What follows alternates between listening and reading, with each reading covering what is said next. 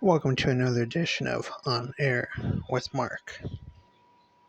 Wearing my Chevrolet t-shirt, which tells you all you need to know about this video.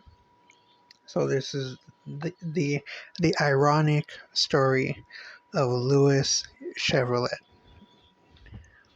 Now you're thinking, well, Mark, what's ironic about it? I will get to the ironic part at the end of the story. Okay, so here we go.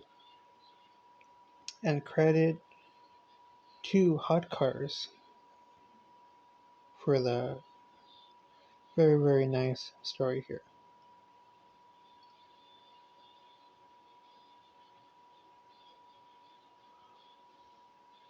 Okay, so as you know, everybody knows Chevy. Everybody knows Chevrolet.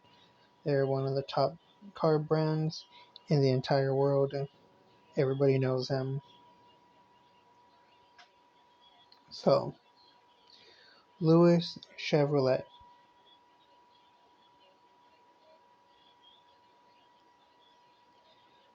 He was a mechanic and he absolutely loved speed, driving really fast.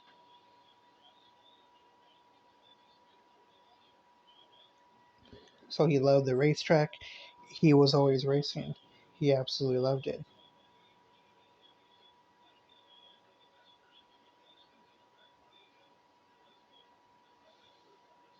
Okay, so here we go. Louis Chevrolet was born December 25th, 1878 in La Chaux-de-Fonds, Switzerland. Pretty sure that's how you say it. La Chaux-de-Fonds, Switzerland. The second child in a family of 9. Louis Chevrolet was part of a modest household and often helped his father, who worked in the watchmaking industry. Money problems, of course, soon started to plague the family, and Louis Chevrolet and his family decided to move to France. Things didn't improve, so Louis was forced to drop out of school, and he ended up working in a bicycle shop where he learned the basics of managing bicycles and small carriages and eventually designed his own bicycle, which he did local races in. And that bicycle, dubbed the Gladiator, was so good that one of the managers at the Duroc automaking plant encouraged Louis to join the company. During his time there in Duroc, Louis mastered the basics of internal combustion. Okay, here we go. And the 4-stroke engines. With the money he saved, Louis Chevrolet was finally able to fulfill his dream of coming to America. In 1901, he worked at an engineering workshop in New York before moving to the Brooklyn operations of the French car manufacturer De Dion Bouton. De Dion Bouton. But his big break would arrive in 1905 when he started working for Fiat. Part of the company's racing team, Louis Chevrolet's first time in Fiat helped him better understand engines and establish himself as a racer. His first stint was a timed event at Morris Park, and to everyone's surprise, Louis broke the 1-mile world record. His next big event involved some of the country's best racers. Louis Chevrolet soldiered on, bagging first place in a front page feature in New York Times.